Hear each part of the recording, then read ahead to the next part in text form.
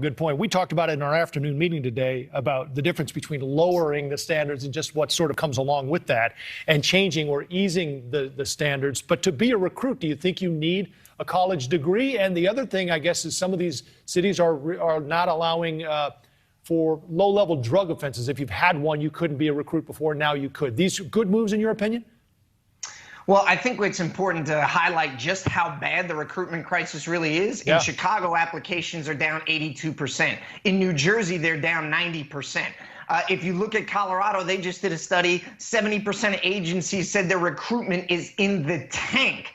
And if you combine that with retirements being up 45% and resignations up 20% nationwide, you realize our profession is dying.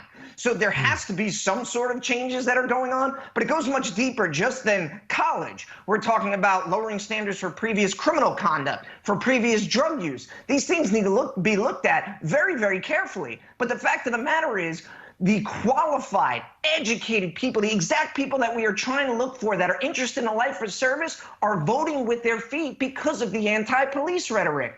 When you have politicians, people like Lori Lightfoot in Chicago, who bemoan the point that they can't find anybody to take the job, well, here's an idea. Look in the mirror. You have denigrated and demonized law enforcement for the last few years. You have burned down the institution of policing, and now we're all living in the ashes. TJ, there's a lot to consume there, but there is certainly the point that this is a difficult job that not many people understandably want to do. How do you change that?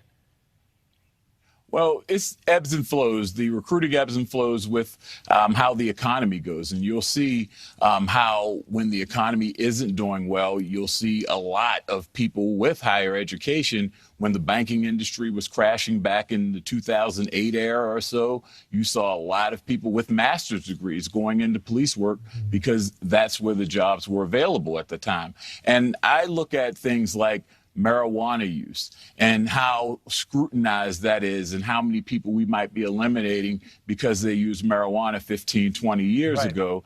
Is that something that we should be evolving with?